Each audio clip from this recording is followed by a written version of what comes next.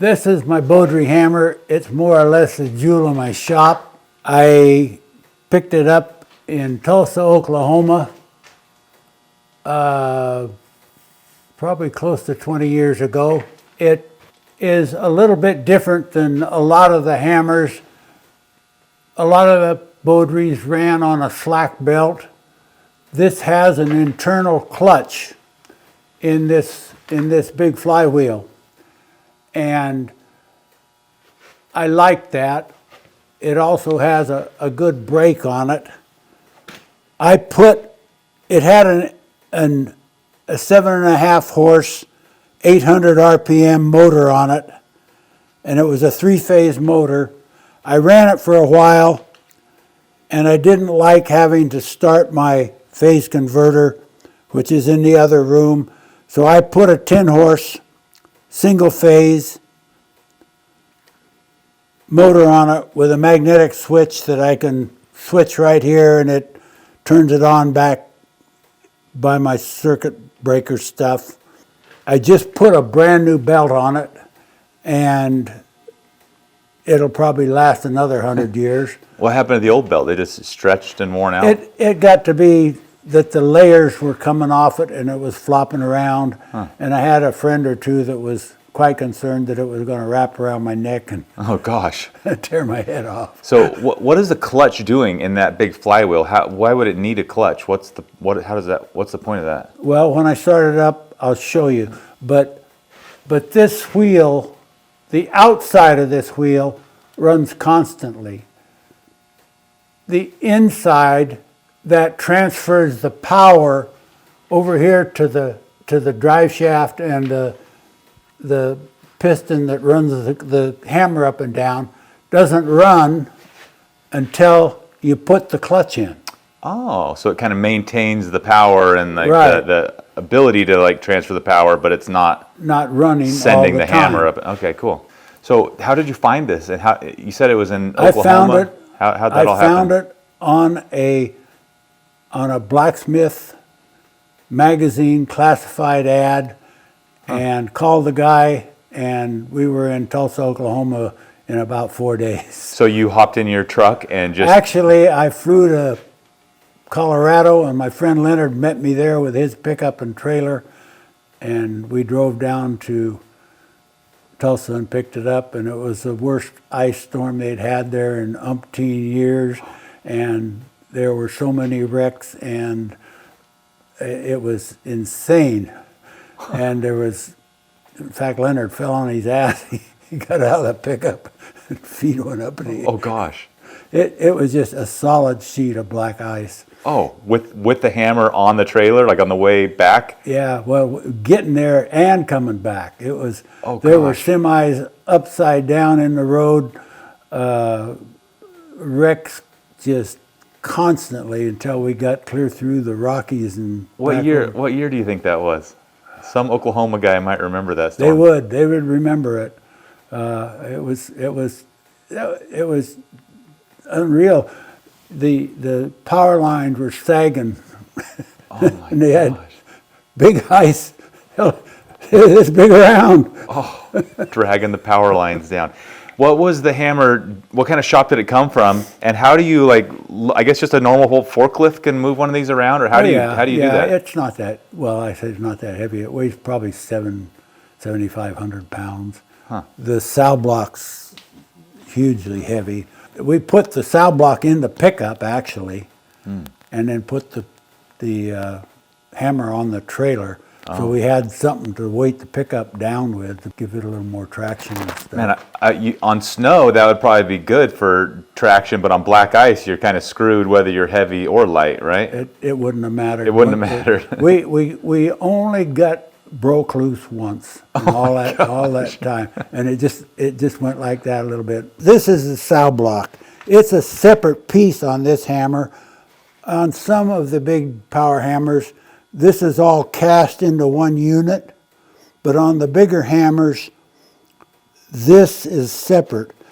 And it's got a big flange down below here that is under here, and it's bolted to the floor and down into a rebar matrix. It's down into the concrete separately, and then the hammer sits down over the top of it, and it's bolted down through the floor into this concrete block with rebar through it, and these bolts coming up through that hold it down.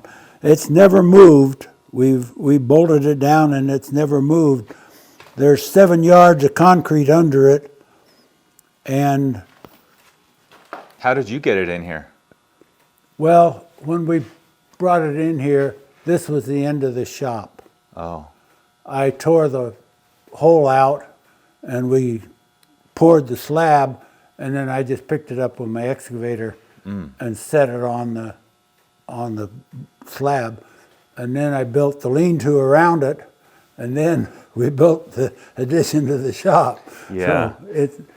So and I'll say, when we used to film here, it was just beautiful. The light would dump through it was like a, skylight style, and it just looked, the hammer looked like an angel sitting here with light all on its shoulders, but a little darker at the moment. this is a slack adjuster. You can just see the end of it. Can you see it moving up and down there? It's a big pulley, and it's an old pulley. It probably came with the hammer. It's worn clear through in a place or two, and it works off of this treadle. And the treadle is what turns the hammer on, and you can see things were moving there Yeah, let me get back. because, All right, go ahead and hit your treadle. Let me well, show it these. won't work as good because it went down, the Oh. hammer went down because it released the brake. Oh, got it. The clutch and the brake are coordinated, Mm-hmm. and when you push down the treadle, it lets the brake off and engages the clutch.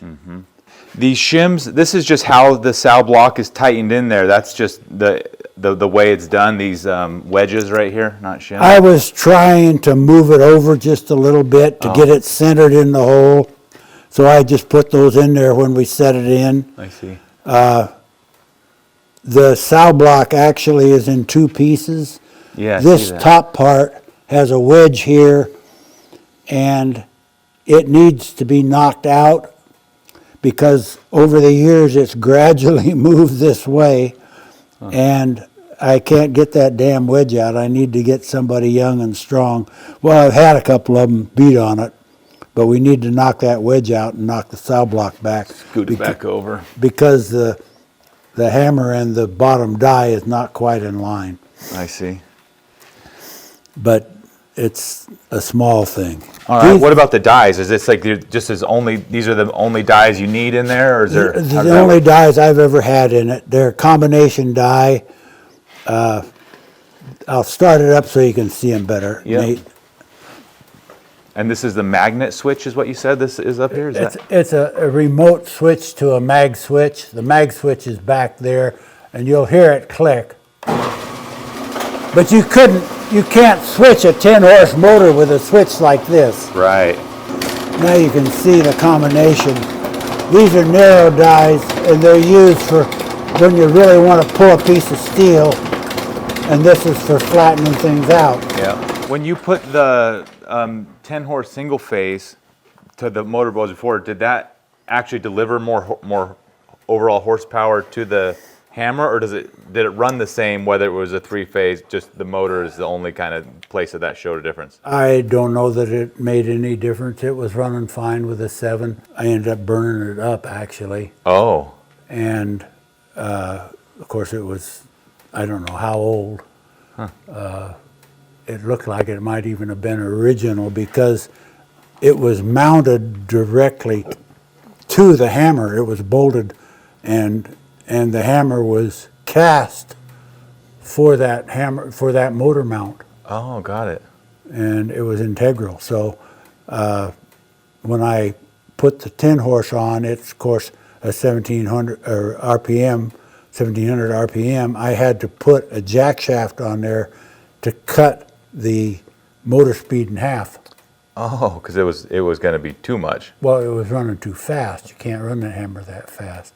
So it already beats 200 and some beats a minute, so it's moving. Did you make it the jack shaft, or how? Yes. Wow.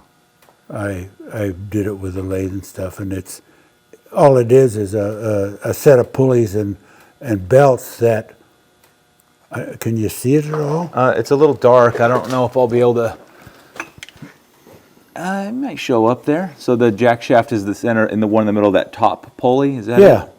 Okay. It just changes your motor speed from 1700 RPM to this upper pulley, which Yeah. is half the diameter of the lower pulley, so it's running half the speed. Nice. And that's running right into your hammer. Then I put pillow block bearings on it, and Yeah. then it runs the hammer that way. It wasn't a hard thing to do. Do you know anybody, or have you seen any similar hammers to yours around, kicking around, or is there? Not Is this a super? Not with the clutch. Okay, that's kind of a more rare Right. variation. I've seen a couple of them without the clutch. There was a knife maker here a couple months ago named Salem Strobe that has one but he doesn't have the clutch. Huh. He makes some wild Damascus, man. Huh. It's just something else. And how big did Beaudry make hammers? Is this the bigger end of what they did, or? I don't really know. Huh. This seems like a big hammer. In forging hammers, it's not a big hammer. In fact, it's kind of a small hammer. Yeah. They get huge and they're unbelievable. Hell, you can drive a pickup underneath them. Yeah. I'm serious. Yeah. The biggest one was built by the same company in France that built the Eiffel Tower. Whoa. And there was one in the Bethlehem Steel Company that they made, but it's been destroyed. There's still one in France, but it's not being used. It's out on a display place. Wow. And I can't remember how many 100 tons it is, but it's one of those things where you put a massive block under the thing with a Machine. forklift, and then it goes boom, Yeah. and you've got parts. Yeah. They're insane. Yeah. It's fun to watch the videos of them working because. Yeah. And yet the scale, like on a hammer like this compared to your small hammer, which does the same thing, is probably kind of night and day. So It is. So for example, there's look at the difference in them, Exactly. Yeah. So they're probably kind of not even the same tool, really. No, and this is something I use constantly when I'm making knives, because I'll be forging and shaping them on the anvil, and I can turn around here and flatten them just instantly, and it's just a one-step thing. I don't even have to move out of my space. Yep. And I do most of my knife shaping right there in the coal. All right. Well, let's have a demonstration. And is there any? It gets a little noisy, but is there any?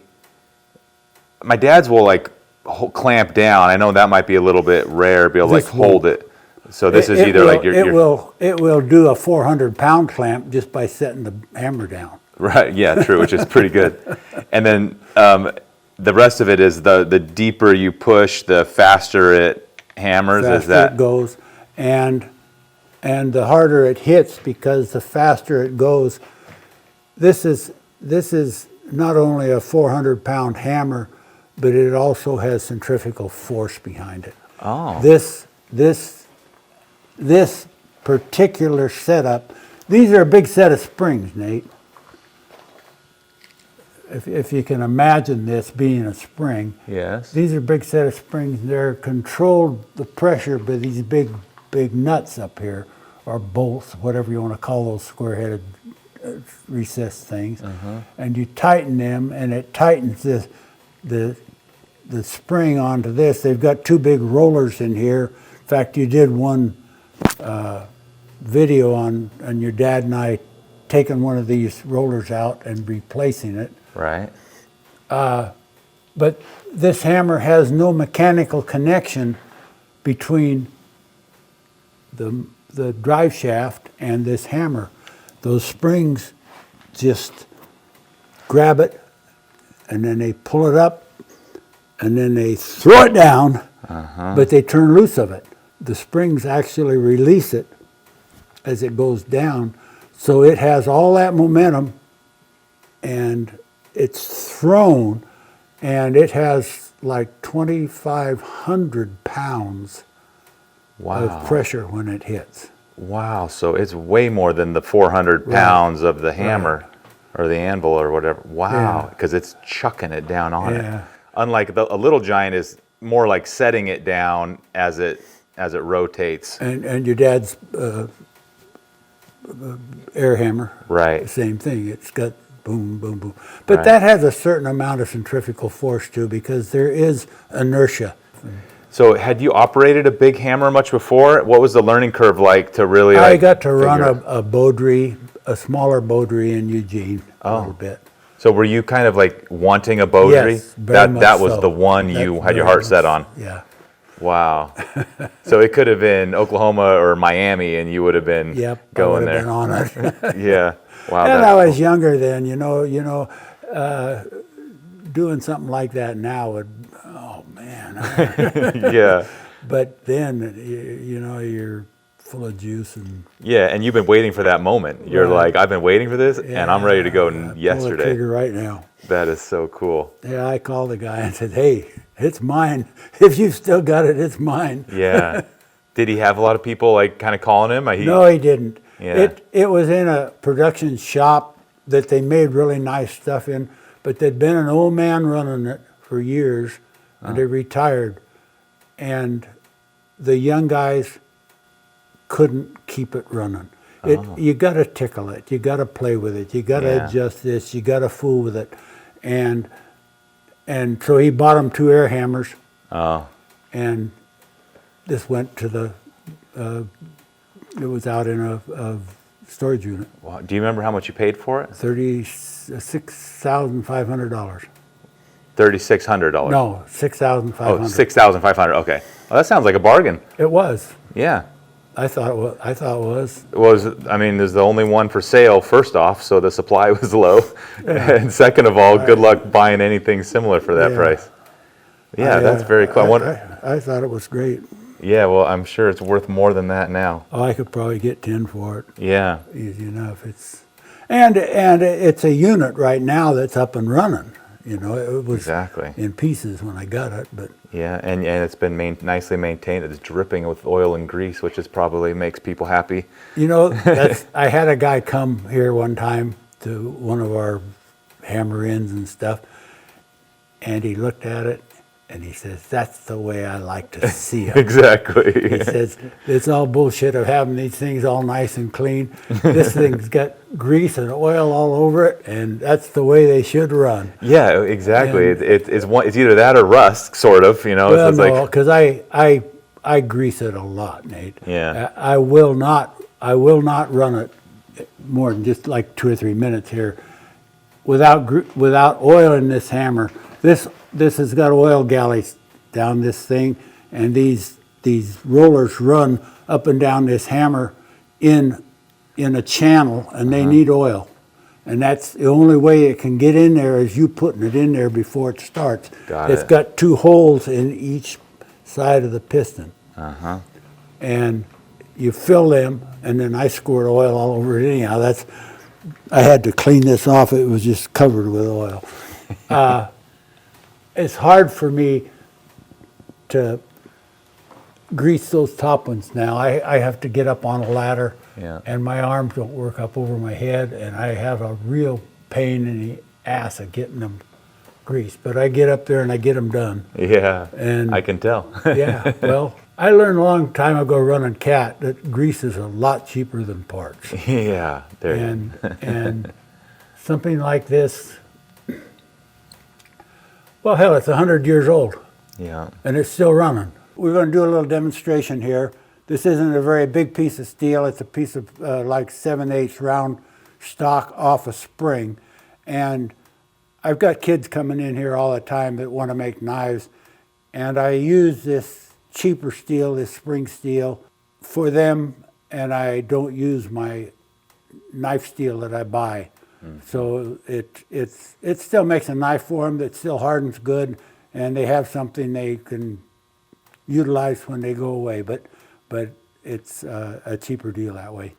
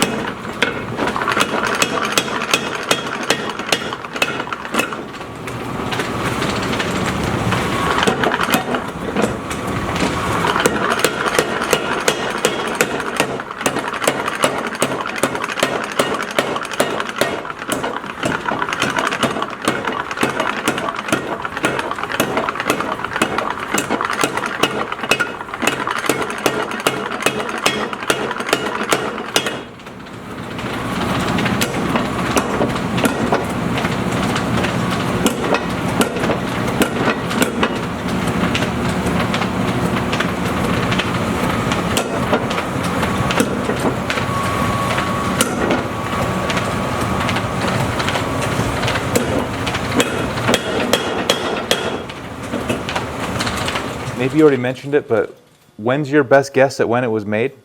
Sometime in the early 1900s. This is a Beaudry, but it says Balfour on the plate, Yes. and I'm not quite sure what the difference is. Barber Stockwell Co., I guess. Yeah, Massachusetts. Oh, then below that, Beaudry Champion. right.